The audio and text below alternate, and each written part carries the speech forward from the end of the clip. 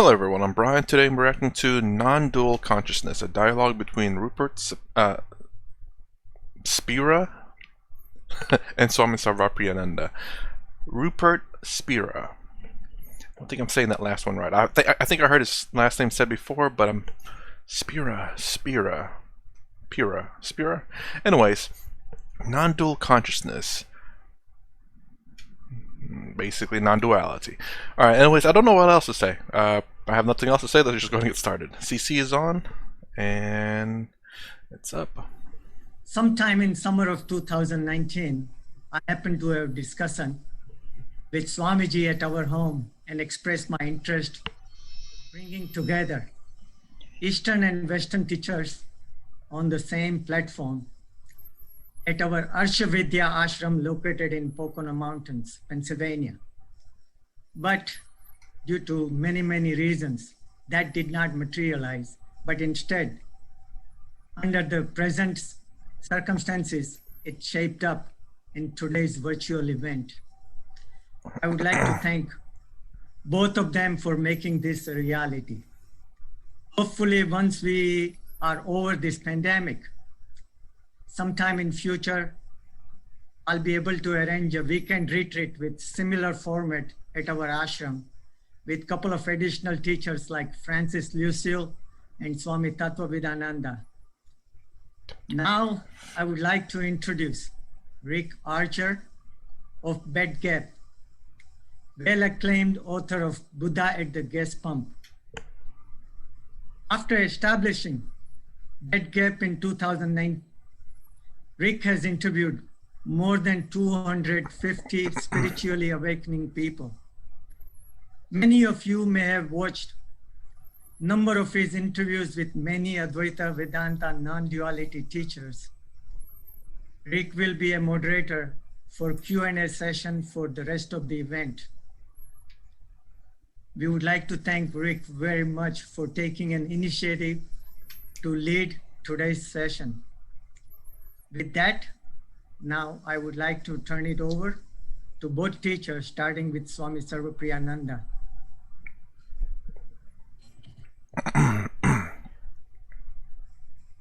Namaste, everybody. Yeah. Swamiji, just in brief, from your perspective, if you can please give a summary of what is non-duality mean to you. We'll start with that, and then Rupert will follow. Real quick, just so I can be upfront with what I think non-duality is.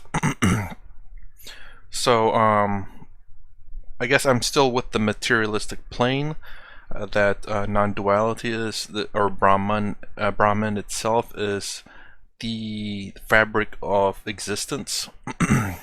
It's literally in everything that exists. Whatever this substance is, you can call it Brahman, that creates reality. It is literally reality itself. Well, that's about it. And we are all created out of it. Thank you again. Thank you so much, Prabhuji, and namaste to everybody. It's a pleasure to be here with this worldwide audience, especially with Rupert Spira.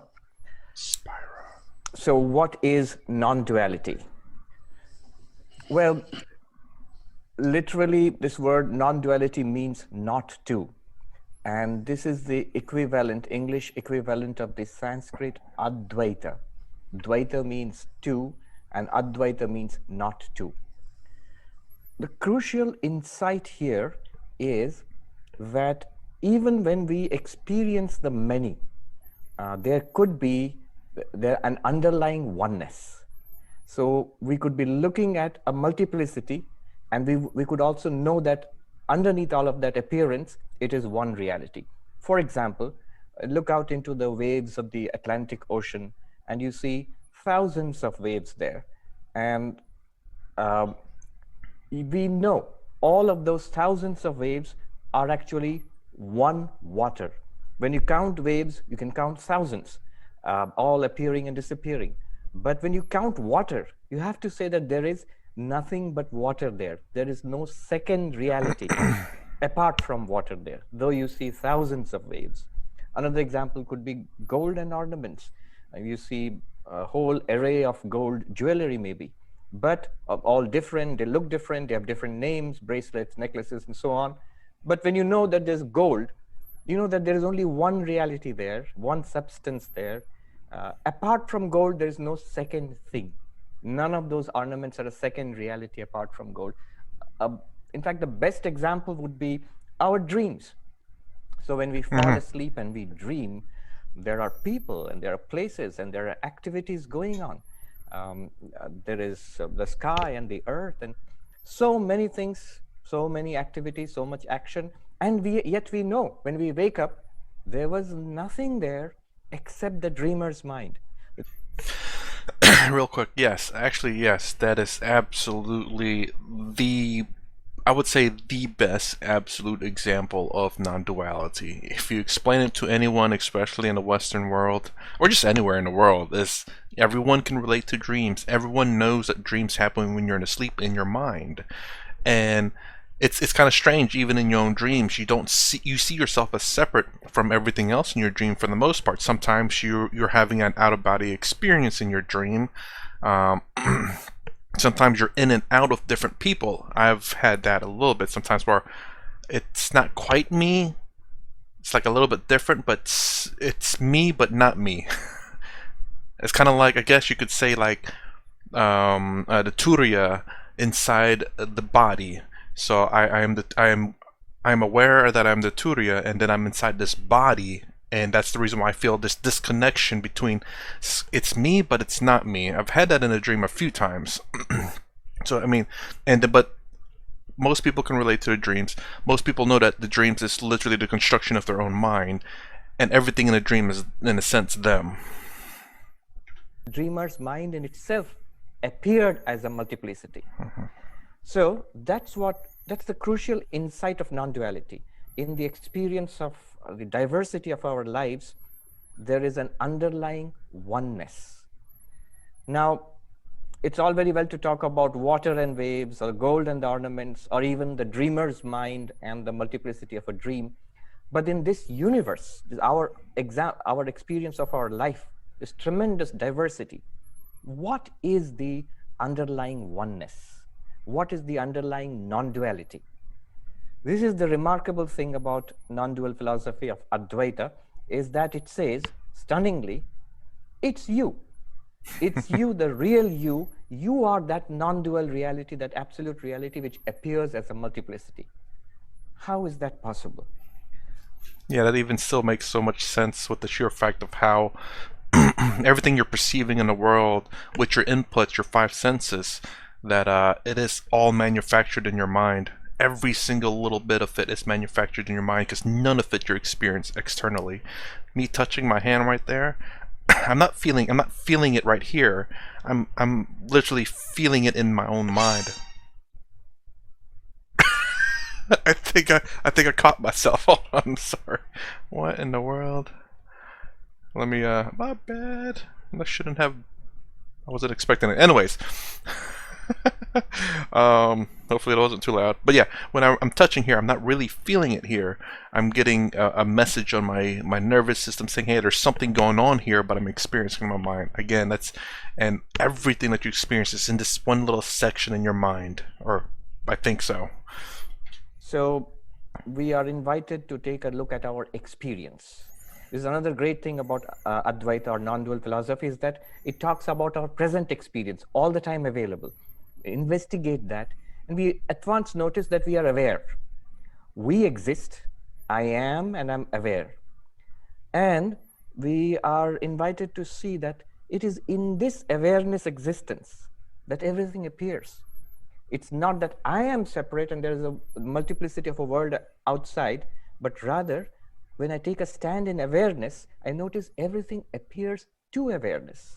This awareness is also existence. So in this unlimited awareness existence, here I'm translating a term from Advaita, which is Satyam Jnanam Anantam. Satyam means isness or being. Jnanam means awareness, and Anantam means unlimited. So this unlimited isness awareness is our real nature. Why I say real nature is because we normally think of ourselves as this bundle of flesh and blood and a mind, thoughts and feelings, as a person, embodied person. And non-dualism claims that this couldn't be further from the truth. Deeper investigation into our experience of life shows that we are this unlimited being awareness, isness awareness. And this isness awareness is the fundamental, if you will, the stuff of this universe. There is no second thing, really, apart from this isness awareness. I mean, if there is anything that appears different from this isness awareness, it is also ultimately that same isness awareness, just appearing to be different. So this is the non-dual reality. You, the real you, we, the real us, we are the non-dual reality of this universe, which appears as a world of diversity. And non-duality says that once we realize this, it takes us beyond suffering. It gives us the ultimate fulfillment. This non-dual reality is itself isness, awareness, and also all value, meaning, purpose, happiness, fulfillment in life. The Sanskrit ananda or bliss. So this is the claim of non-duality, that we are the ultimate reality of this universe, and there is no second reality apart from this isness awareness. I guess, I mean, in Sanskrit, there's one sentence which sums it all up. It says, Tat Tvamasi, that thou art. You are that. Now, I don't know if he's getting to this, but I've also come to a slight realization. Maybe this is something that's been known for a lot of people, but the sheer fact that even if there is other things out in the universe, even if all the other things are real, even if this is externally real, I am not experiencing this in the real world. It's all experienced in my mind. No matter what, it's always only ever experienced in your mind. Or in your awareness, should I say. Your consciousness. So it is, holy crap. So it is true that you only ever experience things in consciousness. Even this is not being experienced in my fingers. This is literally being experienced in my consciousness. The shape, the feel, the distance, the colors, all in my consciousness. So far, I wonder if that's what they've been saying all along and I just now got that. Holy crap. Even though I've been saying you only experience in your mind, yes, but you're only ever experiencing in the consciousness of your mind. Only ever there. Nowhere else in your mind. For some odd reason, I didn't think of that. I should have thought of that. Okay. Holy crap. Wow, okay. Now a lot of things are starting to make sense a bit. That my experience with you or you with me is only ever experienced in this consciousness.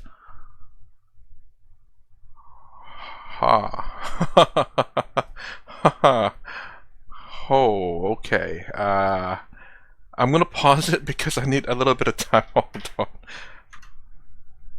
Okay, I want to expand on that just a little bit more. Whether this exists externally or not. Right now, experiencing it in my consciousness. Right now, I'm experiencing this on my consciousness. There's not a pen here, I'm not experiencing it in my consciousness, so it's irrelevant. There's a pen here, maybe it exists in the real world or not, but the sheer fact that I'm only ever experiencing it in my consciousness. It doesn't matter whether it exists or it doesn't exist in the external world. Whatever I experience is only ever experienced in my consciousness.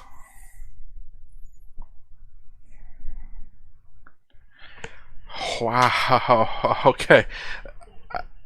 I think I've said I mostly got it. Now I'm just that one step closer.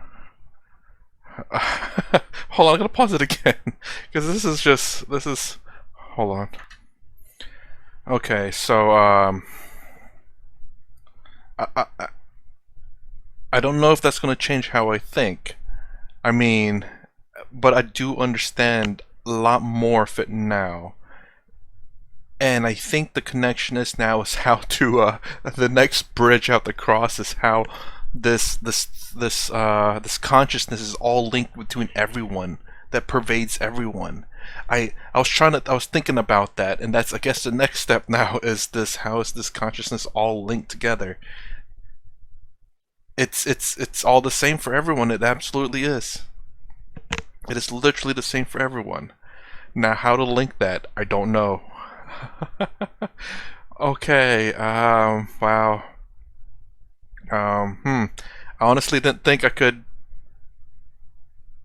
learn. I won't say learn anymore, but like have such a. I spent too much on this go, but that was absolutely crazy. Wow.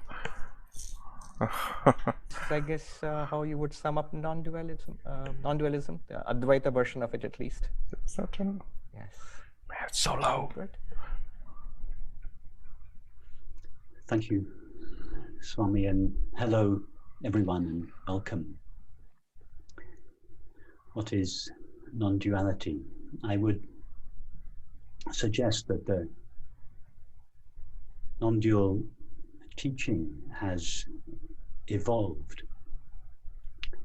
to, or has appeared to answer or respond to three existential questions that have troubled people from all times, in all places, and under all circumstances.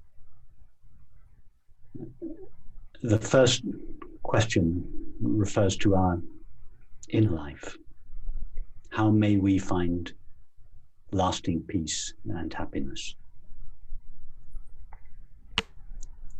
The second question refers to our outer life, the experience of the world and others. What is the nature of reality? And the third question addresses the relationship between ourselves and the world, namely, how should we live?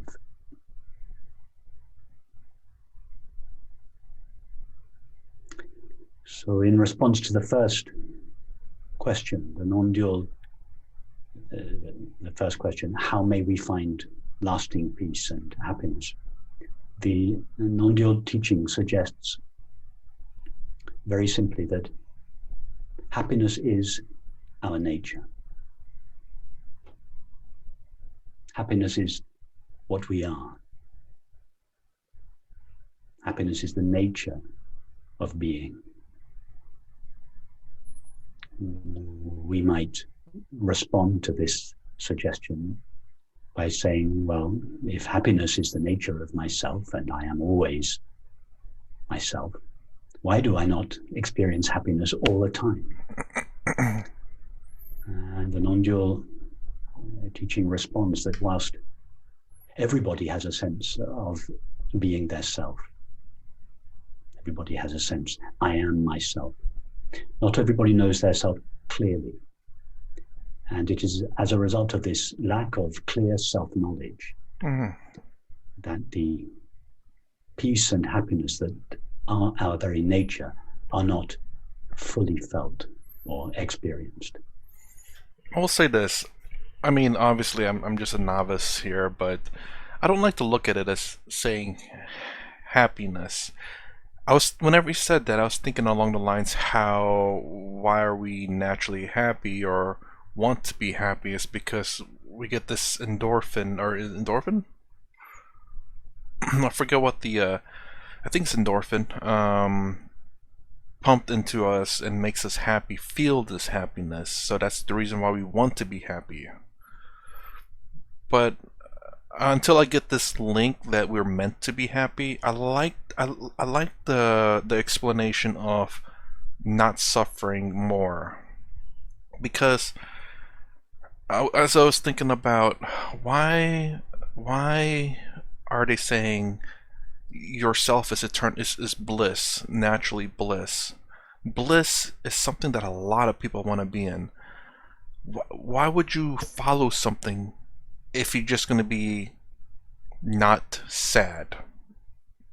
Why not find something that where it makes you blissed out happy? I mean, that sounds so much better than just not sad. But I mean, again, this is merely how I like to interpret it, until I can get a link as to why it must be bliss or it must be happiness. I understand wanting to be happy, absolutely, but I think honestly that say this is the neutral. Anything below this will be unhappy, anything above it will be happy, anything on this is neither happy nor sad. It's not sad, it's not happy. I think most people live around somewhere below this threshold. So, and sometimes get spikes of happiness, but they're living kind of like this. The reason why they're not on the line or above it is because, oh, I wish I was rich. I wish I had that car. I wish I had that bag. I wish I had that. So they're always living below this threshold, always wanting something but can't get it. Wanting, can't get it. When they get it, then it fades away. It's like, oh, now I want something else. Oh, I got that something else. And that's just faded away. I want that something else.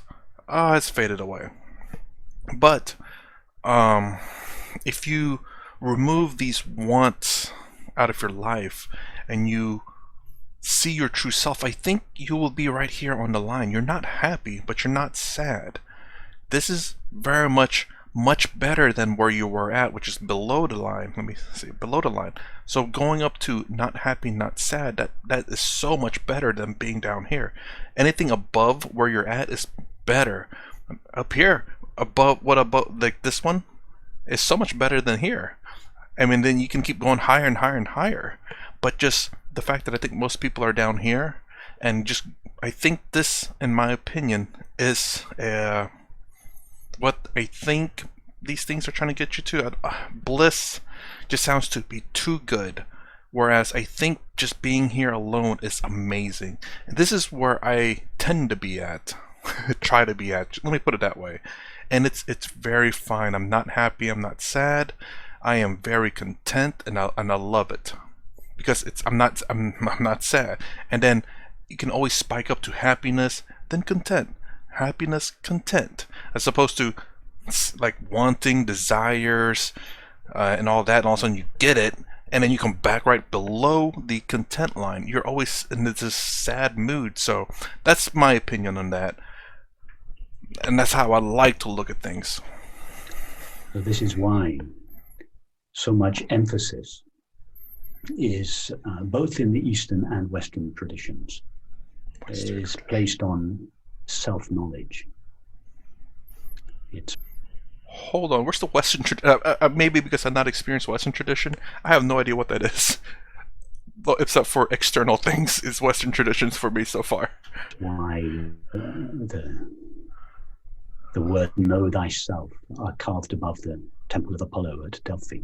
This understanding that in order to find peace and happiness, the ultimate fulfillment in life, one must first know oneself as we essentially are. Why do we not know ourselves as we essentially are? Because most people's sense of their self is mixed up with External factors? or identified with the content of experience. Mm-hmm. Mm-hmm. And this amalgam of our essential self plus the limitations of experience produces an illusory self, a separate self or ego. And this illusory self veils or obscures the peace and happiness that are our nature. I like that. I like that illusionary self. I can actually agree with that. I was going to say misunderstanding, because explanation of Maya is illusionary. I don't like the, and I wonder if my worldview would change now that my understanding of consciousness has changed a bit. I have to think about that one. I don't have time to think about that. But yes, because we again, it's very much so that we have this illusion that we are the body, we are the mind. Some people think that they're the body. Some people think that they're the mind. Some people think that, well, I don't want to go to consciousness because I think that's where we're at. But anyways, they think they're the body or the mind, which is an illusion. You are not the body, because if you chop off your finger, well, you literally chop off yourself. You chopped off a piece of the body, which is part of you. The mind, well, or the brain, should I say. Well, you can chop off different pieces of the brain and still, you are still there, technically. Certain parts deal with certain things of your body, and you could lose those aspects, but you're still there as the consciousness or the mind. But that's as far as I'll go, because I do believe that you, the Turiya, is still in the mind, and the pure consciousness itself is still there too. It doesn't, that realization just, I understand further about pure consciousness, but it doesn't change where it's coming from. You're, in my opinion, at least, you're still in the mind. At the certain part of the brain, which is the mind.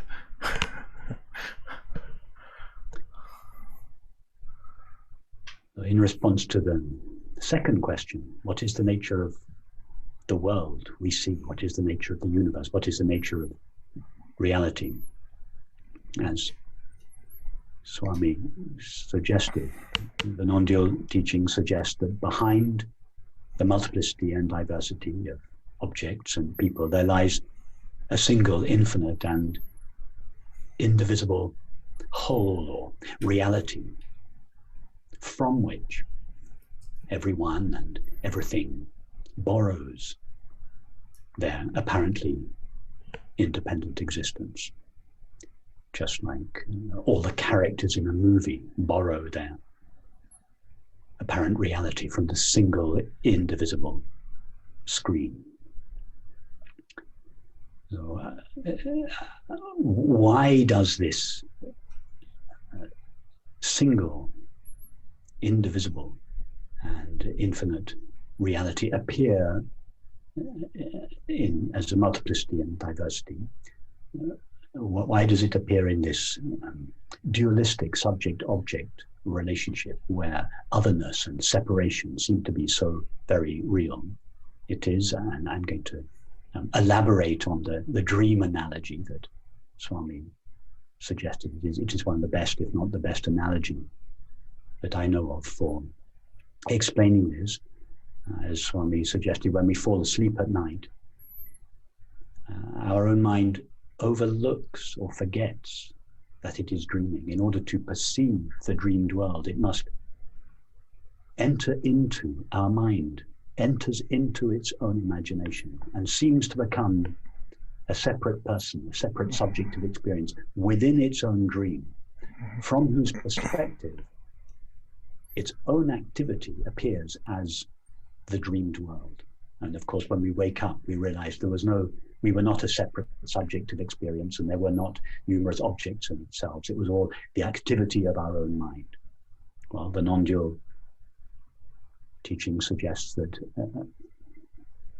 the ultimate reality, spirit, consciousness, the Godhead, Brahman, is, so to speak, dreaming or imagining the universe within itself. But in order to perceive that universe, it must temporarily overlook itself.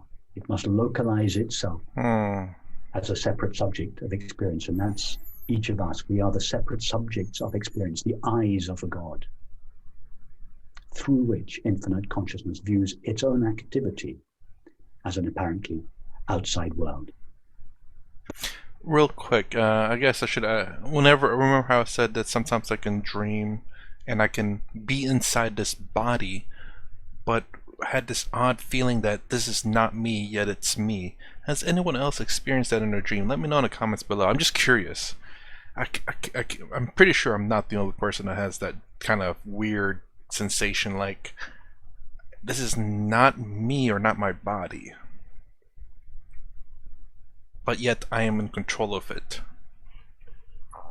The price it pays for this forgetting or overlooking of its true nature is suffering.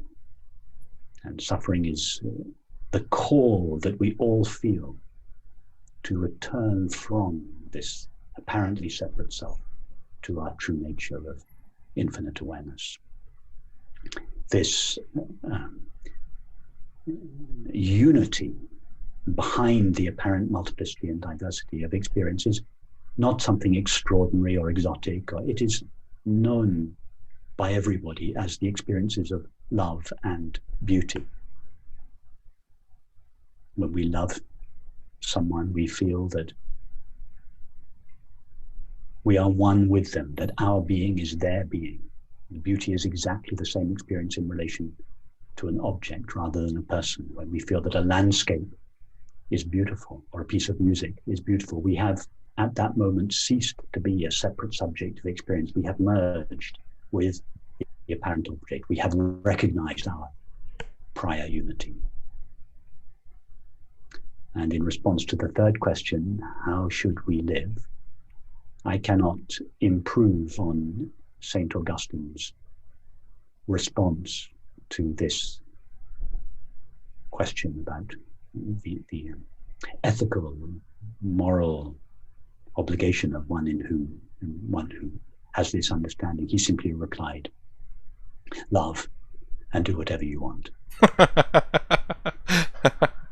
That's very almost exactly as the same response as Jesus. That's it's pretty short and straightforward. Just love and do whatever you want. Gave it was recorded Short, sweet, and simple. in the Gospel of St. Matthew. Love thy neighbor as thyself. Treat everyone and everything as your own being. If love, that is the recognition of our shared being. If we understand and feel that we share our being with everyone and everything, any action that proceeds from that understanding will be in line with and an expression of that understanding. And one is free to do whatever one wants, as long as it is informed by this felt understanding of our shared being. So that's a very brief summary, or one way that one could Brief summarize the non-dual understanding. Brief summary. That's, whew, man. I'd hate to hear the whole. Well, actually, I wouldn't mind hearing the whole thing, but good lord, that sounds like not a brief summary, but a pretty good summary. So it's Swami, unless you and I want to have anything you want to say or ask, we could ask Rick to respond or to bring a question from participants. Is there anything you'd like to say? We share a lot of analogies. The ocean, the dream, the screen. Nothing beats the dream one, man. If I may, there's one question that came to my mind when I was listening to, and I've listened to this earlier also. You talk about the universe and our experiences as the activity of consciousness. Now, purely from an Advaita philosophical perspective, they would not ascribe activity to consciousness. They would just say it's a manifestation of consciousness, because the activity they would put it at a relative level, a relatively true activity, just as there is really no activity going on in the screen, although there's a lot of action happening in the movie. So it's not really an activity of the screen. It's just the very natural, it's just what the screen is. It shines forth in that way. Yes. I would agree with you. The term, the activity of consciousness, is a concession, as indeed any expression of truth is a concession to the mind. It's a concession to the mind that sees movement, change, multiplicity, diversity. It's just as, to use your first analogy, when we look out at the ocean, we don't see a static, motionless actionless ocean. We see an ocean that is moving and flowing. So from that point of view, we could say that the waves are the activity of the ocean, that the dreamed world is the activity of the dreamer's mind, that the movie we watch is the activity of the screen. Of course, you're absolutely right. If we touch the screen, we're watching a movie. There's a tremendous amount of activity going on. It appears to be going on, but when we touch the screen is not moving. It is motionless.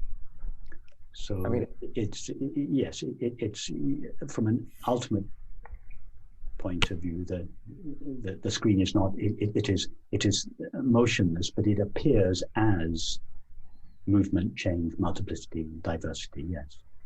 I wonder how they would do that with the dream, because the dream analogy is very good. So how would you explain that in terms of the dream analogy? The brain is not moving? No. You are technically not moving. Consciousness is not moving. It is merely an illusion, a show, but of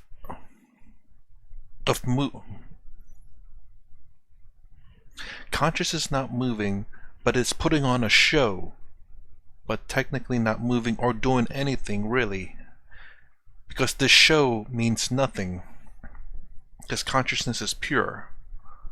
How to better formulate that, though?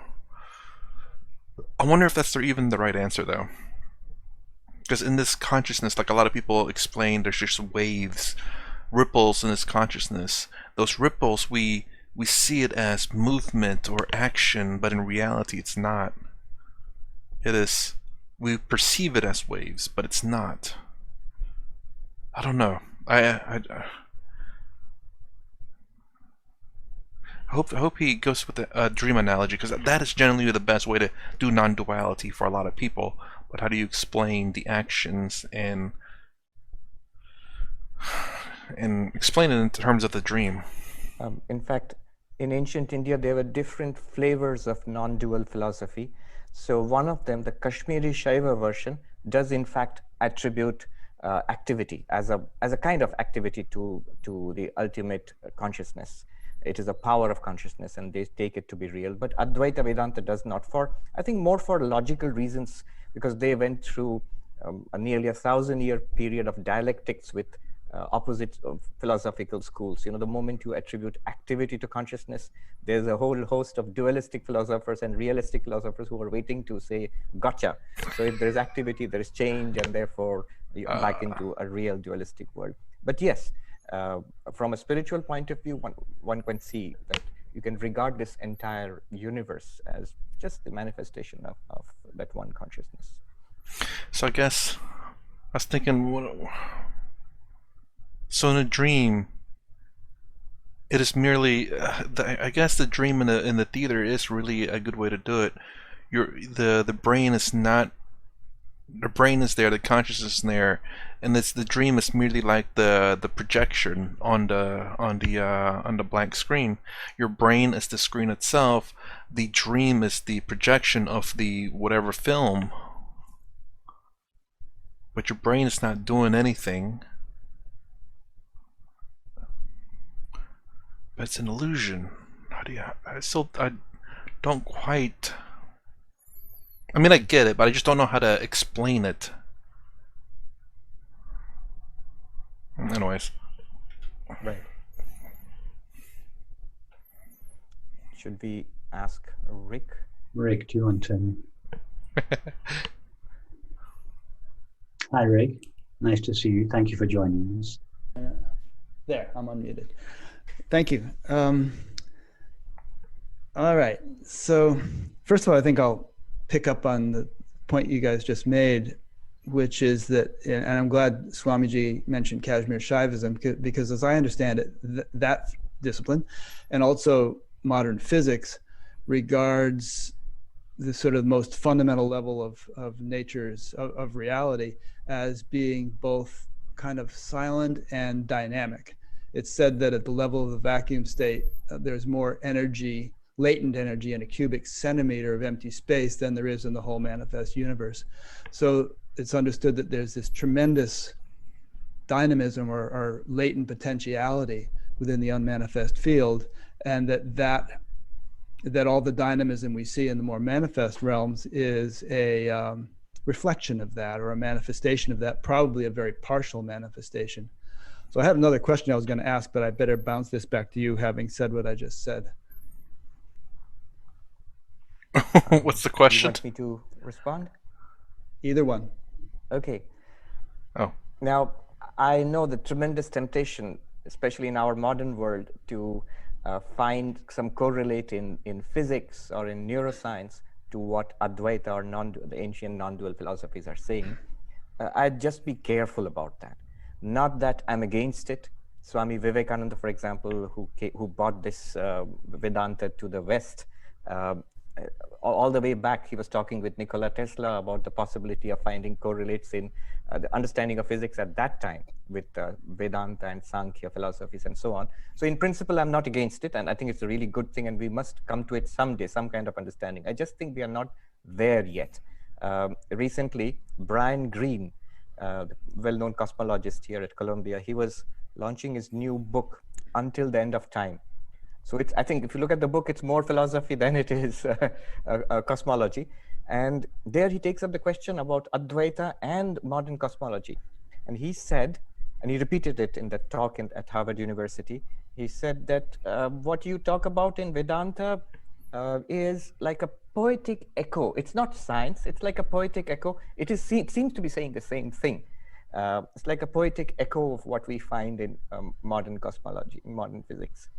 So yeah, a very senior monk once told me, don't be in a hurry to identify the latest discoveries of modern physics with Advaita Vedanta or any of these philosophies, because physics is continuously changing, and the corridors of science are littered with the skeletons of past theories. So the moment you tie your understanding to one of these theories, and once that is disproved and science marches on, you are likely to be left behind in the dust also. But yes, you can clearly see parallels.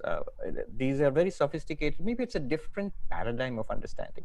I don't know. What would Rupert say about this? I would say simply that I'm not a physicist, and I'm not qualified to speak on physics.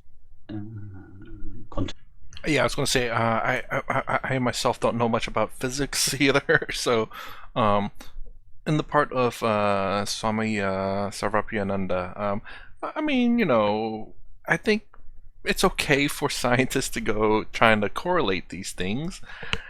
I mean, that's what science is about. It's about trying to find patterns and things that match and correlate with each other to prove the point or disprove the point. That's the whole point of science, is to build up enough evidence to bring up a theory and then to destroy the theory. And the more things you throw at it and fails, the more the theory is proven, because you're like, this will disprove it. No, it didn't. So that one thing that didn't now helps prove the theory. Just saying, The physics view of even most of the physicists that I know, I don't know too many, but I've met quite a few over the years at the SAN conference. Most physicists don't understand quantum mechanics. And so I cannot comment on physics' current perspective. I'm not qualified to do so. So I think all I would say is that the phrase that you used, Rick, the quantum field, I think you said it acts without acting. I like this. This is very in line with the Kashmiri Shaivite approach that, as I said before, that the screen appears as 10,000 people in motion, but it is itself not moving. In other words, we could say within the limits of the metaphor, the screen moves without moving. It acts without acting. In that sense, Shakti is the activity of Shiva. Yeah. Experience is a modulation of infinite consciousness. he who in action sees inaction, and in inaction sees action, right, Swami? You were just talking about that the other night. Rupert, this question is from Baldeep Singh in Dubai, but I've embellished it quite a bit. Please correct me if I'm misquoting you, but in your recent interview with Tim Freak, you said that you relate more to the word God these days than to the term non-duality, but that you hesitate to speak that way because you would so easily be misunderstood. And Swami speaks of God in most of his talks. Ramana, Shankara, Ramakrishna, and many others in the Vedantic tradition have done so, and we're very devotional. Yet some students of Vedanta regard talk of God and devotion as dualistic. Now, there's a second part to this question I want to get in, and that is that in Swami's introduction, he alluded to the Mahavakyas, you know, I am that, thou art that, all of this is that. But when you actually look at what that appears to be, it is such an incredible display of intelligence and creativity. Look at a single cell, and it's more complex than Tokyo, and it's able to repair and replicate itself, and we have trillions of them in our one body. So that the creation is just this marvelous thing, awe-inspiring, and it seems a little almost disrespectful to just brush it off as an illusion. If it's an illusion, it's a marvelous illusion, and you know, and it actually inspires devotion even to contemplate how sublime it is, how miraculous it is. So how would you, let me just throw in one more thing and then I'll... Oh, real quick, with what he was saying about the illusion, I'm kind of confused in what his question was. But in terms of the illusion and how the cells is more intricate and all that, that's the reason why I don't like to use Maya as illusion, but more along the lines of Maya as a misunderstanding. The misunderstanding that we're all created, we're all different. In my perspective, my opinion, that Maya is a misunderstanding that we are all created from the same thing. That's how we are all one. We're all the same Brahman. This, whatever this thing is that is the fabric of creation, we are all of that. Everything in existence, every thought, every whatever, it is Brahman, it is the fabric of creation, we're all that. That's the reason why I say it's a misunderstanding. We think that me and this pen are different, but in reality we're all created the same. But then I gotta go with the consciousness thing. I still have to think about that separately. I can't think about that now because I'm going to confuse the crap out of myself. Saint Teresa of Avila said that it appears as though God himself is on the journey.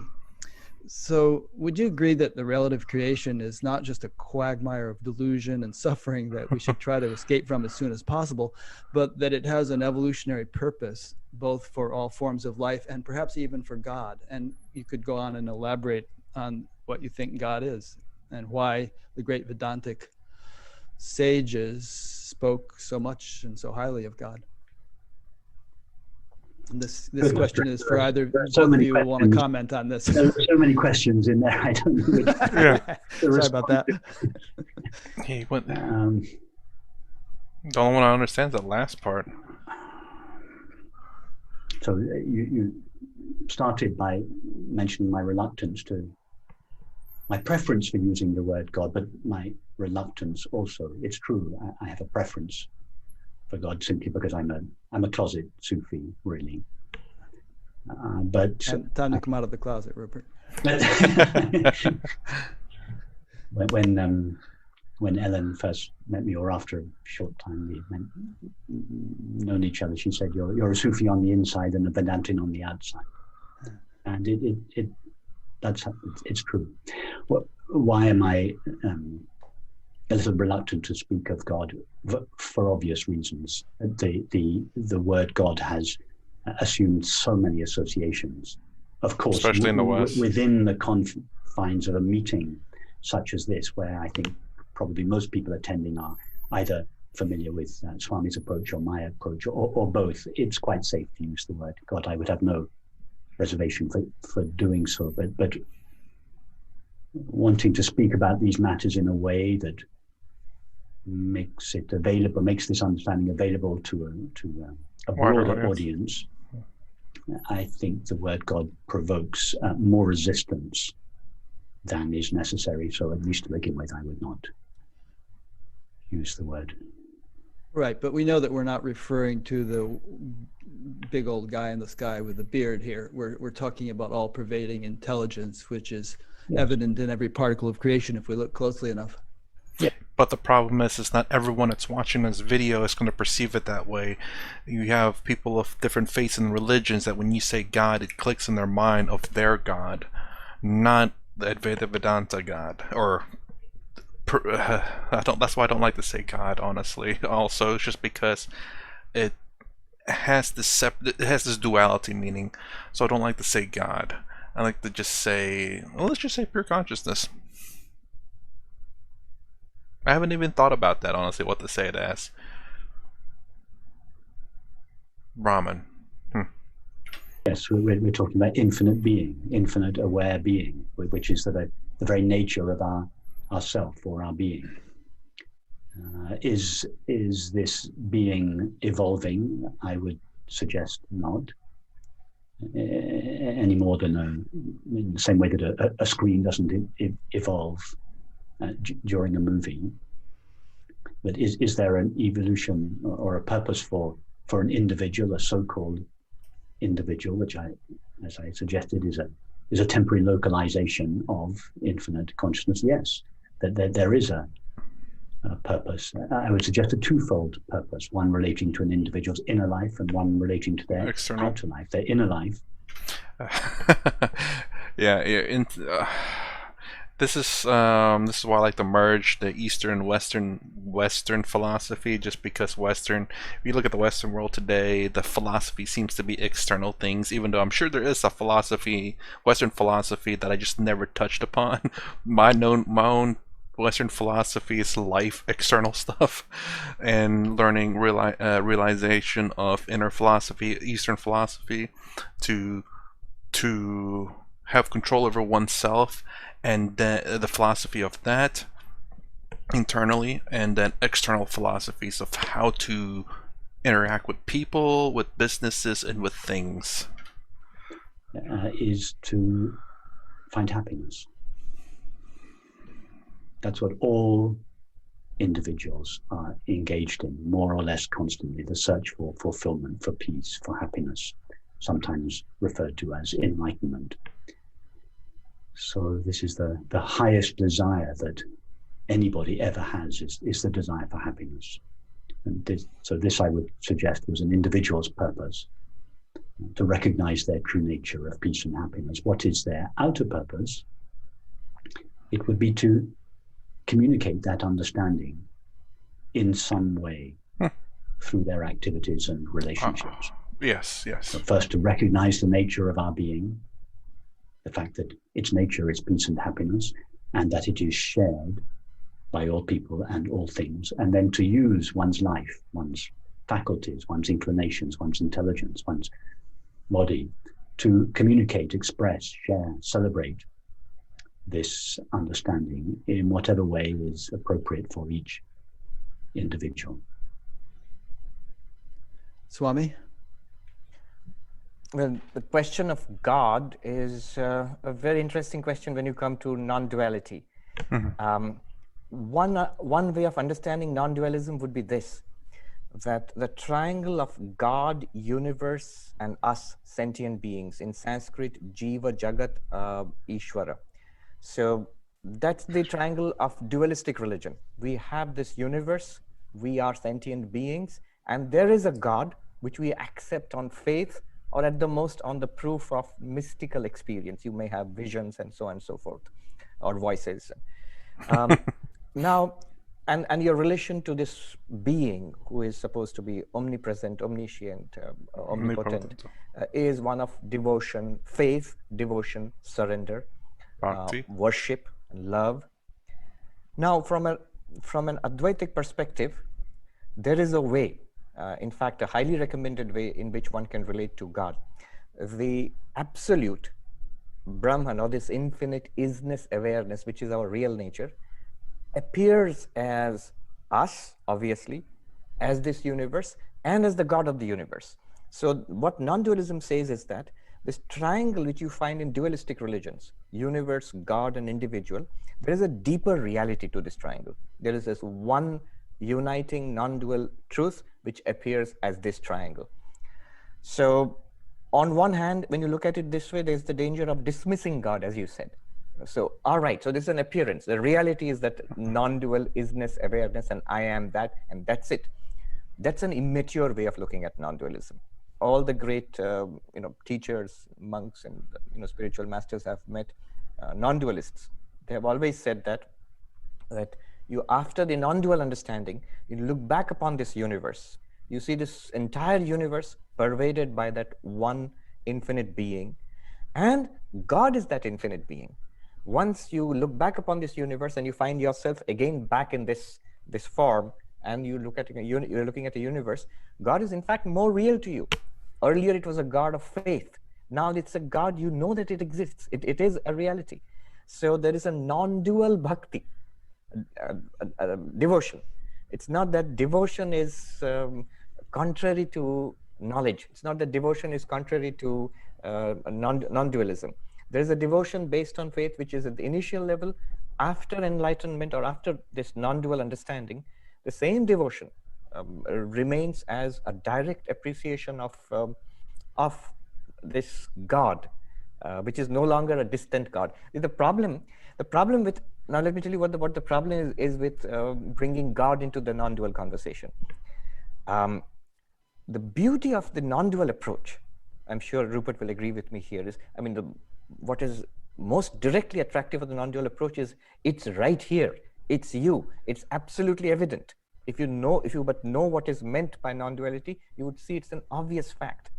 The moment you import the God of dualism into it, with the dualistic presumption of a distant God, a God who is an other, a God who is omniscient, omnipotent, omnipresent, then it seems to be something different from you.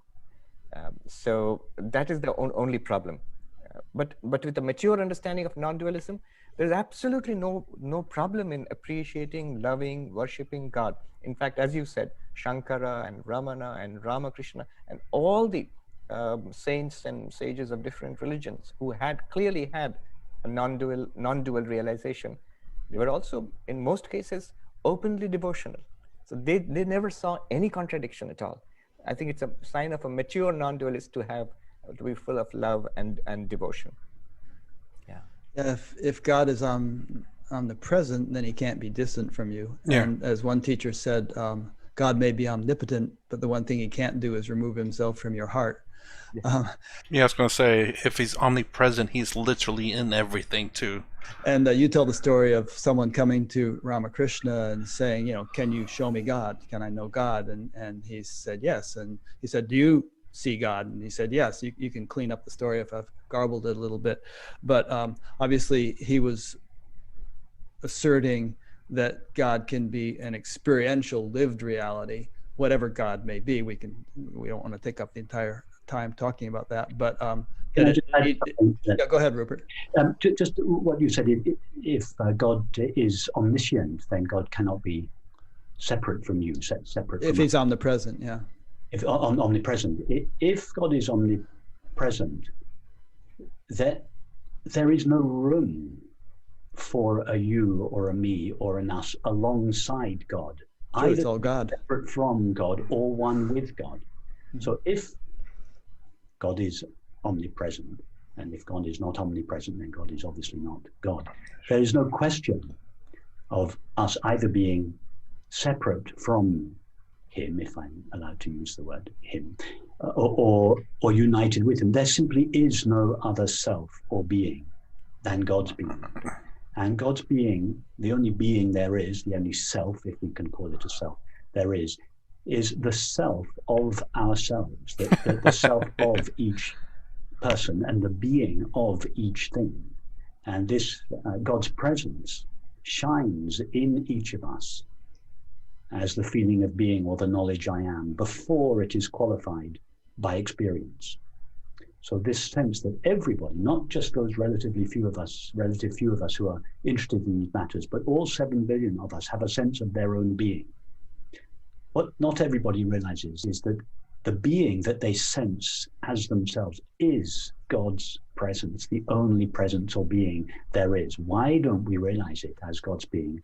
Because we allow ourselves to become mixed with or identified with the content of experience. But once our being is divested of all the limitations that it acquires from experience, it shines as the only being there is, the God's presence or God's being. And this is the same being that shines as the isness of all seeming things. Yeah, Swami Muktananda's slogan was "God dwells within you as you." Any more comments on this topic, Swami? Oh, sorry, I'm gonna have to pause you right there. Yeah, so the very beginning, that's quite a revelation, and for me, I don't know how that's gonna change my thought process or anything. I don't think it will. It's just that I now have a deeper understanding of that. And maybe it will. I definitely have to think about it more. It's I generally don't know what's going to change. I just have to think about it more, and we'll see from there. Anyways, that's part 1 of this one. If you like my content, please consider subscribing. Thumbs up, thumbs down below. Thanks for watching. I'll see you in the next vid.